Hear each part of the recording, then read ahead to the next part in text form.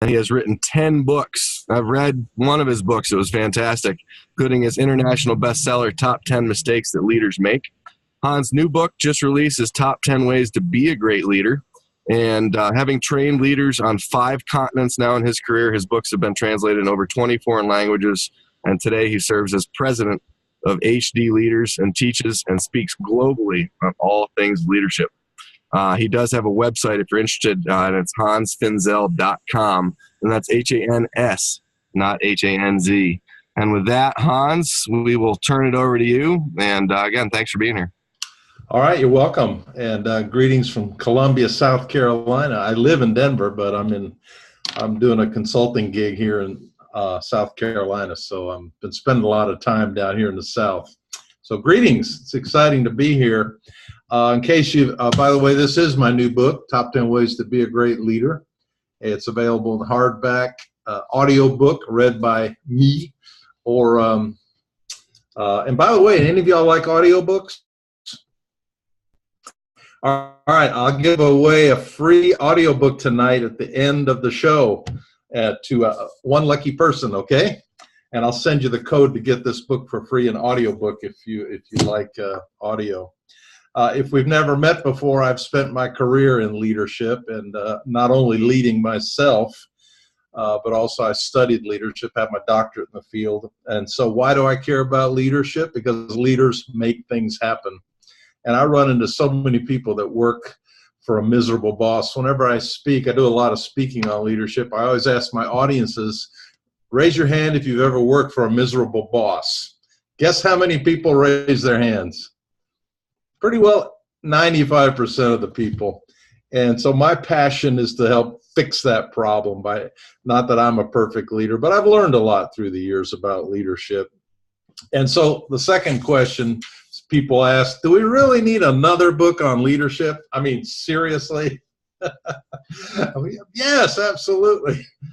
The thing that I love about this book, The Top 10 Ways to Be a Great Leader, and I'm going to share some stuff out of this tonight, is that it's chock full of leadership wisdom. I think if there's one thing I have to offer, it's just years of wisdom. Hey, I like the fact that you said next time you're going to have another millennial. That's great. So, I mean, you're a cute. I thought you might have caught that point when I said that. So, you know, that's how young you are, Hans. Yeah, I'm on the other end of the spectrum there, but and that's the wisdom that I think wisdom helps people be better leaders. So anyway, I love the topic. More on that in just a moment. But in the JuicePlus world, I'm a raving fan of the product. Donna and I found the JuicePlus product at the end of the year 2000, so 17 years ago. We've been on the product for 17 years. By the way, I take 4 of everything every day, 4 of the 4 bottles every day. I figure it's as good as it is, you know, double your pleasure, double your fun, and take twice as much. So Donna also jumped into the business at the same time that we started the product, and she became a national marketing director in about 2 years. So I'm real proud of her and her business. Let me just tell you why I love the JuicePlus company. In leadership, I see probably more bad leadership than good leadership. And by the way, are you recording this, Craig? Or somebody? Yes, okay, because, all right. Yeah, so, yeah, we're recording it. Okay, I didn't see that. Oh, yeah, I see it up at the top left. I see more bad leaders than good leaders. And when I got into when Donna said she wanted to do the business, I was skeptical, because I was skeptical like a lot of people. I was talking to somebody yesterday about the business, and you know what he said? Oh, yeah, it's one of those pyramid schemes, right? I mean, he was actually saying in a positive way. It's like a pyramid thing, right? And I said, no, pyramids are actually illegal. But it is multi-level marketing, and I was skeptical of that because us, like a lot of people, had been in other MLMs. But I started investigating the leadership of the company, and I started meeting everybody from Jay Martin to all of his team, Ron Watkins, and just the beautiful people. Here's the 5 things, and you can use this, the 5 things that I love about the company, and why after I discovered what the leadership team was like and that they were the real deal. And when Jay Martin says, our mission is to help as many people as possible realize their dreams, well, that's a nice statement. But after getting to know them, it's true. It's true servant leadership. And I'm going to talk a little bit tonight about servant leadership because I think that's the best leadership. And a servant leader cares more about the good of the people than enriching themselves. So the 5 things I love about the company: I love the leadership.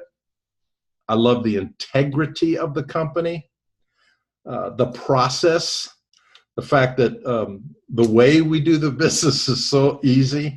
And I was so happy that Donna didn't have to worry about collecting money from people. All she had to do was share the stuff, and the rest takes care of itself. And we didn't have to load up our garage with product. I love the money. That's number 4. So the leadership, the integrity, the process. By process, I mean in the 17 years we've been doing the business, I have never been ticked off at the company for screwing up. I don't know if y'all have ever had a problem, but I had to call the company 2 days. By the way, I'm a senior sales coordinator myself, so I also got into the business. Any other SSCs? Yay. I had to talk to a home office 2 days ago, and one of my distributors got, she wanted all vanilla, but she got a mixed vanilla and chocolate. And I called the company and said, oh, we'll be happy to send her a return label. And, just the way that, no problem. The way they fix our problems is amazing. That's what I mean about the process. It's seamless and it's simple. The money, did I mention that? That's number 4, the money. That's amazing because when Donna got in the business, we were getting ready to send 4 kids through college. And the money is fantastic. The college benefit and just the fact that you can make really good money in this. And then finally, the people. I call it our tribe. We found our people in the JuicePlus world. And today, 17 years later, at this stage in our life, I can tell you our best friends are JuicePlus people. It's our tribe. And isn't it fun when you go to a national conference to be around thousands and thousands of people that have so much positive energy and really want to improve themselves and the world around them? I just love it. So those are why I love the company. Well, let me talk a little bit about leadership. And the thing that I've found is if you want to build the JuicePlus business, you've got to become a better leader, right? And for a lot of people, especially moms on a mission, and moms on missions are just exploding in our company right now. This is the perfect product and the perfect business for moms, especially moms with young kids at home. Moms on a mission. It's crazy. And so I find a lot of people, when they start building their business, whether they like it or not, they have to grow as leaders because all of a sudden they've got people. They've got a team that are following them, that are looking at them. And that's why you've got to improve your leadership. And so I've got a few slides I want to show you. Let's see, can I share my screen? Yeah, I can share my screen. I'm going to show you a few slides. And we will, so you don't have to look at my beautiful face. You can actually look at something better. Here we go. So just a couple of thoughts on what I like to say. Grow as a leader, build your team. And the more you grow as a leader, the more you'll be able to build your team. And you can't really build your team if you don't grow as a leader. I love this quote. Great leaders don't set out to be a leader. They set out to make a difference. It's never about the role. It's always about the goal. Isn't that amazing? I just love that quote because I have found people that want to be leaders. I don't know, that can be problematic. Sometimes people want to be leaders for all the wrong reasons, Their motivation is they want to be up front because for whatever egotistical reasons. I say the best leaders are reluctant leaders. And maybe you're a reluctant leader and you don't even want to be a leader. Well, you got to be a leader and you got to grow as a leader if you're going to do the JuicePlus business. So great leaders don't set out to be a leader. They set out to make a difference, to change the world, to whatever. And that's what JuicePlus is all about. It's never about the role. It's always about the goal. And the better we can be as leaders, the more difference we can make. So I love the topic of leadership. I've had a chance to travel to over 100 countries in my career. I have been very blessed. You name the country, I've probably been there. 100 countries all over Africa, Asia, the Middle East, South America, Europe. And this is a picture of me walking through a little village in Africa, in Mali, West Africa. So why do you suppose these kids are following me through this village? Because I'm a great leader? No, they're following me out of pure curiosity. I like to say, if you think you're a leader and nobody's following you, you're only taking a walk. They were following me because nothing else was going on that day in the village. There's no electricity, so there's no video games or cell phones or televisions. They have sticks and balls to play with, and they thought maybe he's got some candy in his pocket. So I think I love leadership because I love great leadership because leaders make things happen. I define leadership with one word, the word influence. Very simple. There are hundreds of definitions of leadership, but I boil it down to that one word, influence. Moms are leaders, dads are leaders, pastors are leaders. You know, we think of leaders sometimes in a traditional role of CEO or something like that, but anybody that influences anybody else is a leader, and that's what we're doing in our JuicePlus business. We're influencing a lot of people. So my book, Top 10 Ways to Be a Great Leader, I like to say it's the 10 essential skills every new leader must master. And I'll go on to say a seasoned leader should master if they haven't already. And after 30 years of leadership, when I wrote this book, I asked myself the question, if I were going to coach a new leader or anybody in leadership, what are the 10 most important things I would share with them? Now, I'm not going to take you through the whole book tonight. I wouldn't have enough time, but I did. I love top 10 lists. And Craig, you said you read my top 10 mistakes leaders make, and you liked it. Yeah, it's a thumbs up. Thank you. And that's my most successful, most popular book, the one that's been translated into over 20 languages. I love top 10 lists because I was always a fan of David Letterman, and he had top 10 lists. And but I realized the word leadership has 10 letters in it. And so it was like begging to be the outline for the book as I wrote this book. And so the 10 chapters of the book are basically an alliteration using a principle for each of the letters. Well, tonight we don't have time to go through all these principles, so what I thought I would do is just share a couple of letters to whet your appetite, okay? And hopefully you'll be motivated to get the book. It's also available in Kindle, by the way, but just to whet your appetite, and I wanted to touch on some of my favorite chapters. Here's the stairway to heaven, right? This is what we use in the JuicePlus business to share the business and the journey up the marketing chain. And I like to say this is not only the stairway to heaven in the JuicePlus business to the top, it's also the JuicePlus leadership journey. When you're a distributor, a DD, and a VF, there's not a ton of leadership involved, but I think once you become a sales coordinator and on above, you really have to grow as a leader. And sometimes people make the mistake because they think they're a great leader. That's going to lead me to the L in leadership. But by the way, this is me, Senior Sales Coordinator, and Donna, National Marketing Director. So who, me, a leader? Some people say, I've never seen myself as a leader. I don't really want to be a leader. I run into people all the time that definitely don't want to be a leader. Maybe they don't feel they have the abilities or the talent or the personality. Question I get asked more than any question at all, the age-old question, are leaders born or are they made? Well, what's the answer to that question? Yes, the answer is both. Leaders are born and they are made. Some people are born with natural personality bent and gifting and wiring where they just naturally, people like to follow them naturally. But I think it's more important what you learn than what you're born with. So never use the excuse, I can't really be a great leader because I just don't have the gifts. I just don't have the personality. Baloney. Anybody, some of the great, great leaders that I admire in history, even people like Abraham Lincoln. Abraham Lincoln was not a natural leader. I met Mother Teresa back in 1994 when I was in India for my first trip to India. If you met her, you would not think she was a leader because she didn't have that. She was tiny. I think she was like 5 feet tall, very soft-spoken. And remember what I said the definition of leadership is? Influence.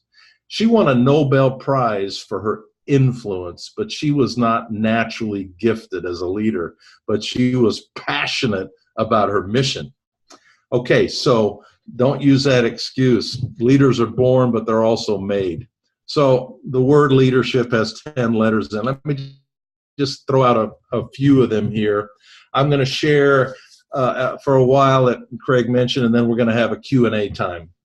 So if you have questions, write them down or think about them, and we'll get to them in a minute. So the L in leadership is for listen and learn. If you put up your hand like this, now, a lot of times people look at that and they say, loser, you know, I'm a loser. No, you're a loser, not me. But I like to say, when you think of leadership, look at this L, and that L is the most important word in the leader's vocabulary, and it stands for listen. Actually, the two most important words in a leader's vocabulary is listen and learn. Have you ever worked for somebody? When I talk to people and ask them why their boss is so miserable, I hear this all the time. They just won't listen. They don't listen. We have somebody in our JuicePlus family that we work a lot with. I don't want to say too much about her because I don't want to give away who she is. But this particular person doesn't listen. They only talk. It's just talk. And actually, they're really not building their business as much as they want to. And it's a big problem. You have to listen. In fact, I think that's why God gave us 2 ears and 1 mouth, so we would listen twice as much as we talk. Being a good listener takes a lot more time than being a dictator, but you get much better results. How do you feel if you're listened to? Well, how do you feel if you're not listened to? The opposite of these things. If you're listened to, you feel important, significant, I matter, I'm visible, my opinions are respected, I'm respected, I have something to contribute, things are going to change. Listening is such an important skill to be a good listener. Maya Angelou said, I've learned that people will forget what you said, people will forget what you did, but people will never forget how you made them feel. And the most powerful way to make people feel valuable is to really listen to them. Have you noticed that? Now, I am not naturally a good listener. I've learned to be a good listener through my years of leadership because I realize how important it is. But are any of you like super task-oriented?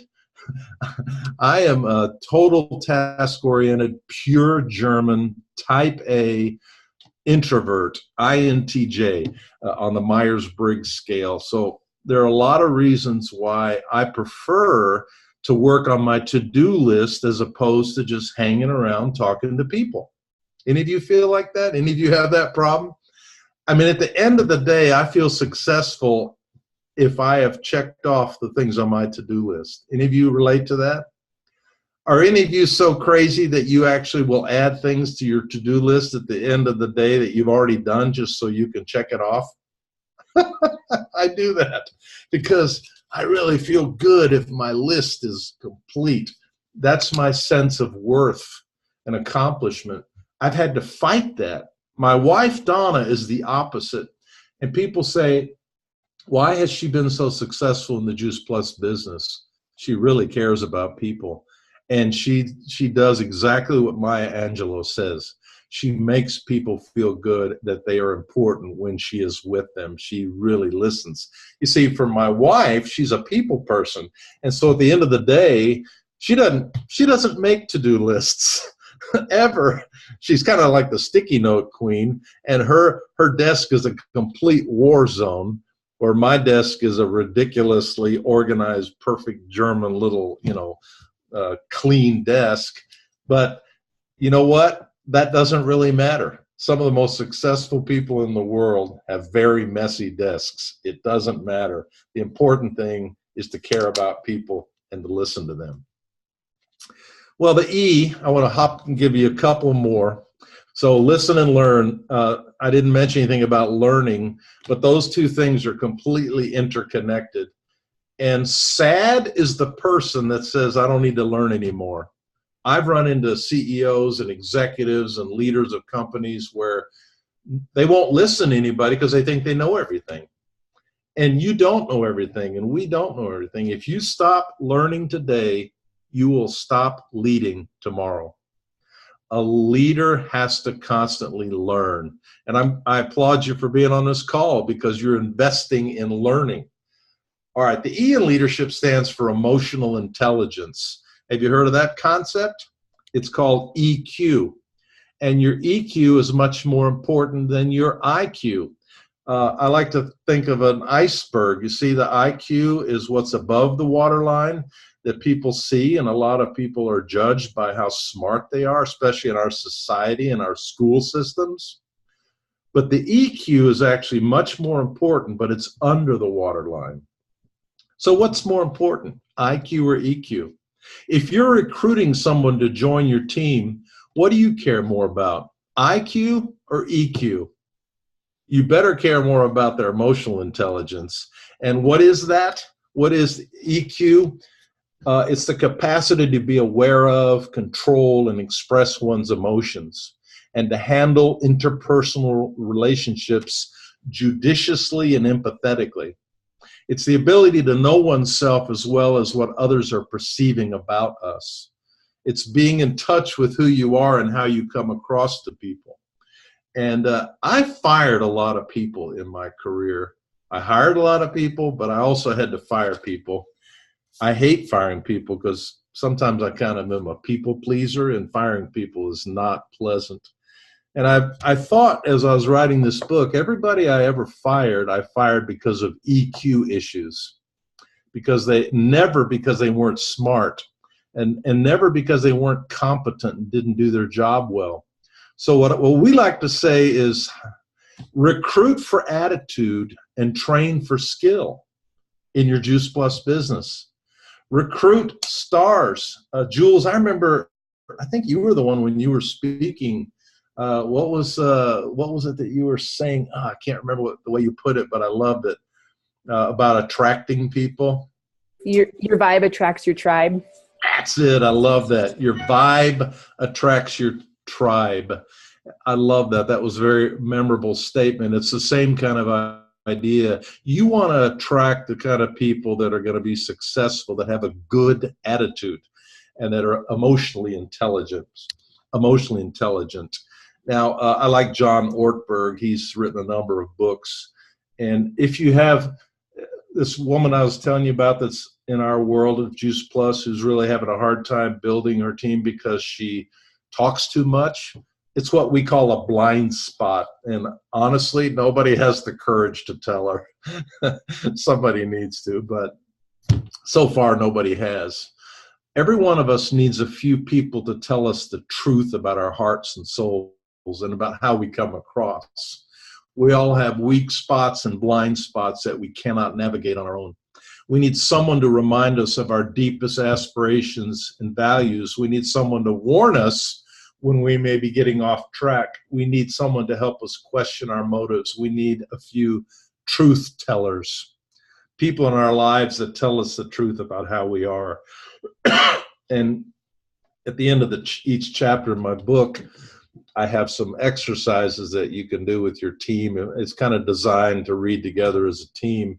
And one thing I suggest to people is, with trusted friends or trusted people on your team, get the courage one of these days to ask them, how am I doing as your leader, as the leader of this team? Are there blind spots that I need to be aware of? Now, that's dangerous territory to walk into, but it has great payback if you can do that. I'm going to give you one or two more, and then we're going to get to some questions. Accessibility, leadership, the A in leadership stands for accessibility. Today, people, and I'm going to get to the millennial issue. What people want in their leaders today is accessibility and vulnerability. Now, in the JuicePlus world, that's absolutely essential, that we are accessible to our people and that we're vulnerable. Vulnerability, I'm so glad the company has embraced Brene Brown. I've been a fan of hers for years. Vulnerability is not pretending that you're perfect. Being willing to let people know your weaknesses, your struggles, etc. This is speaking of millennials, this is one of my team members that he did the 2000 plus recently, Patrick. He's 30 years old. That's Donna on the right, and then Patrick and Renee Kelly, and they live in Exeter, Visalia, California. Yes, boomers and millennials can have a blast working together. I love millennials, and Patrick and I are actually writing a book together called Millennial Boom, and it's about how boomers and millennials can actually thrive together in work. See, I learn from him, and he learns from me. But one thing I've learned about Patrick and millennials is they work very differently than baby boomers and the older generations. They love accessibility. Patrick wants to be able to text me anytime and just be able to, and I've got to be available to him. And he also loves vulnerability. And today, millennials won't work for people that are not accessible and vulnerable. They don't want people cordoned off in some corner office or isolated, or, you know, they want to work shoulder to shoulder, side by side. So we're having a blast, Patrick and I. It's difficult, this whole issue of accessibility and vulnerability, with the growing noise of social media. You ever feel like Voxer is an animal that's just gotten away from you? The Voxer is like creating little rabbits, creating little babies constantly, you know, and it just can be overwhelming to keep up with Voxer. And Voxer is such a great tool, but all these things can keep us from being available to our people, even though it's a tool of availability. Leadership is about relationships. A capacity for solitude is what nurtures great relationships. But in today's always-on social media world, our solitude has been replaced by incessant online updates, which both weaken our sense of self and our ability to create genuine friendships. Because of social media, because we have our smartphones, which are really computers, right with us all the time, it can work against this whole accessibility factor.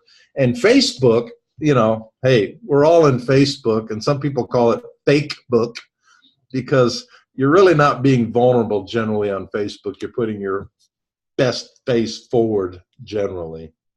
Well, let me give you one more. The R in leadership is for resilience. Resilience.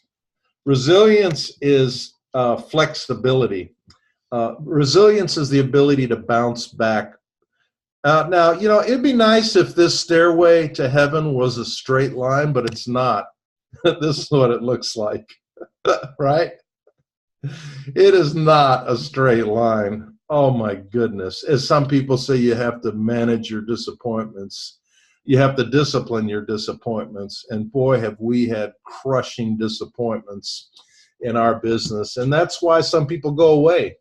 They don't last. And of course, we've all had people join the business because they think they're going to get rich quick, that somehow they don't have to be disciplined and they don't have to work hard, that this is some, we have this happen every year where people join the business and then they go away because, oh my goodness, this is hard. This is actually work.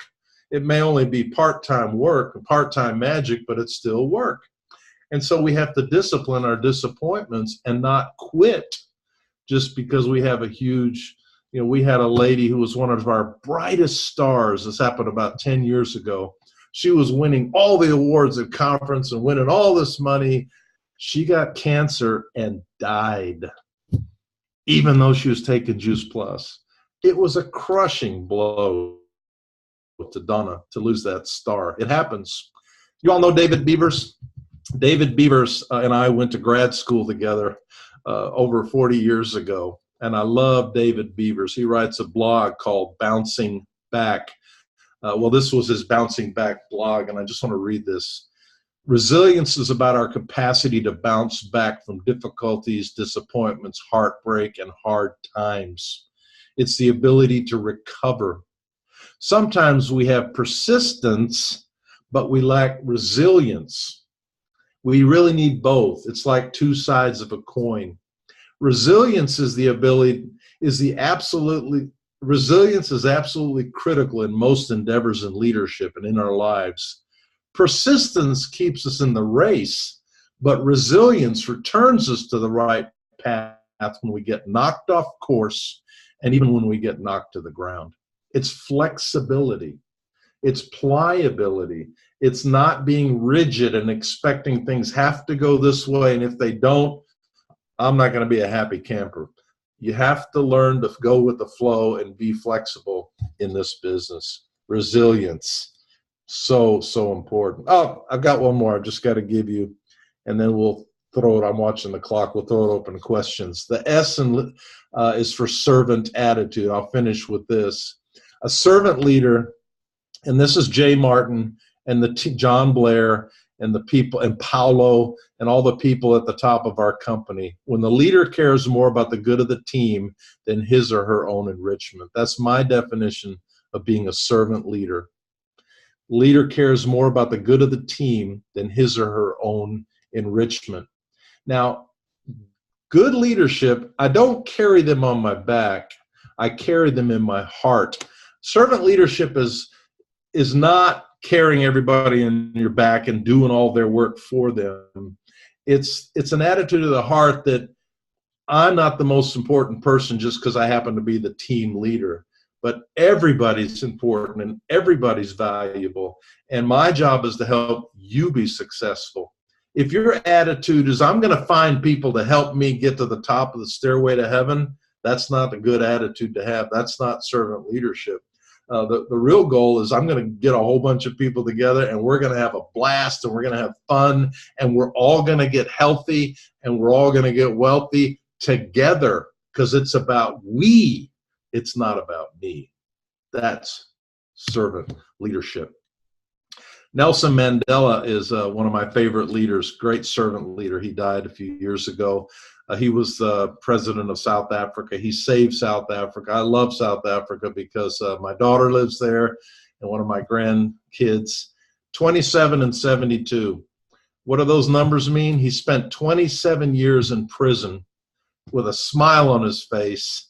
And he was 72 years when he got out of prison, and then he became president, and he saved South Africa because instead of being vindictive against the whites in that country, he cared about the country, and he healed the country. And here's what he says about servant leadership. A leader is like a shepherd. He or she stays behind the flock, letting the most nimble go out ahead, whereupon the others will follow, not realizing all along the way they're being directed from behind. Isn't that cool? Directed from behind. That is great, great leadership. Well, I'm going to stop right there, and that's a quick journey through a few of the chapters and some thoughts on leadership. I don't know how much time we have left. I know we got started late, so take it away. What questions would you have? So Hans, it's a question I ask all our speakers, and you know, this is great. I'm definitely getting the book. But when you look at at you and your wife's business, what do you say are probably the 3 top things you do on a consistent basis, whether that's daily, weekly, monthly, that has led you to get to SSC and your wife to get to NMD? Right. Okay. You said 3 things, right? Correct. Okay. So number 1 is events. Events are absolutely critical. I was told that at the beginning, whoever gets the most butts in seats wins. And we tell our people events are part of how we do this business. Some people say, well, I'm going to do everything, but I'm not going to go to this big convention, all this stuff. I'm not into that kind of stuff. Forget about it. That's how we do the business. We are passionate about getting to events, getting people to events. So events, huge. I'd say number 2 is stay on top of your communication with your team. Stay on top of your communication with your team, whatever your style is. Like my wife doesn't like email. I mean, they say that nowadays only old people use email, but it's not totally true. But whether it's texting or Voxer or Facebook messaging, staying on top of the communication with your team. People get frustrated if you don't get back to them. And sadly, or maybe sadly or not, the reality today is people expect answers quicker and quicker and quicker, right? They want a fast turnaround. And so staying on top of communication. That's 2. You said you wanted 3. Sorry, I didn't think about this. Let me come back to that, and after we get some other questions, let me think about a 3rd. All right, I'll unmute everyone, and if you or unmute yourself if you have a question for Hans. Hans, this is Rob Meeker here, and I think you and I are in a kind of a similar position where we're married to national marketing directors. You're a senior sales coordinator. I'm a sales coordinator. Do you have any? There are natural challenges that come with that. What would you say to somebody who's married to or partnered to somebody who is far above them in the business? What are some strategies or best practices that have helped you succeed and make your way to senior sales coordinator? I'm only a senior sales coordinator because Donna gave me a couple of her legs. Okay. I hate to say it, but it really is a women's business, and I love that. I love all the women in the business, but I have found that most families, the woman makes the health decisions in the family. Sure. And it's very difficult when one thing I do is I try to get, as I'm building my team, I try to get connection calls with team members and new customers with Donna as quickly as possible. I don't know, there's just a magic there when the woman, talks to oftentimes other women. So I admire men that can build their whole business with other men, but I haven't been able to do that. So my team are mostly males. Patrick is the first guy that I've had that I'm really excited about building his business with him. So I guess that's my answer, is I try to get my wife to get a connection call as quickly as possible. I find even with Patrick, he's been now in the business about 8 months, but he's losing these customers. That we got this first round with the 2,000 plus, and the re-up and the AROs are so critical. And I told him from the beginning, if we don't educate the education starts when they order.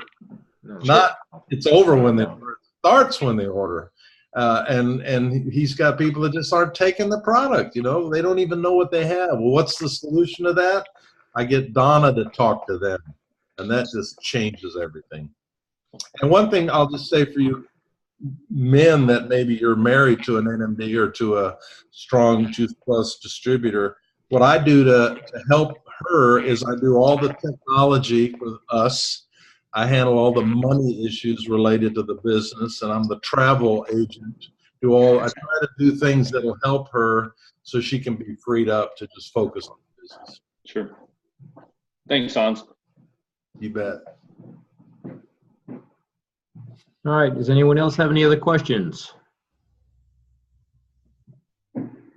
Hans, I'll take that as a no. So unless you come up with your third success secret there while you're answering Rob, otherwise we'll close it off for tonight. I'll be posting this recording. I'll be sharing it with Craig, and so we'll get it out there in the out in the technology world, so everyone else can share this. Okay, here's my quiz question. Whoever answers this question the fastest gets the free book, okay? Can you remember the name of the guy who talked about having truth tellers? The author? Truth teller. So, Can we look at our device? Because I took a picture of it. Would that be cheating? no, that's not cheating. The first person that can find it in their notes. Oh no! Oh, Dawn said John Ortberg. Dawn, where are you? Yes! All right, Dawn. Winner, Dawn gets it. All right, winner! Good job. Craig, if you'll get, or whoever, somebody, or Dawn, send me an email, or Hans at hansfinzel.com, and I'll send you the code for your free book. Congratulations. Thank you. Thank you. Awesome. Guys, thanks for being here. We really appreciate it. Hans, thanks for your time. What I loved about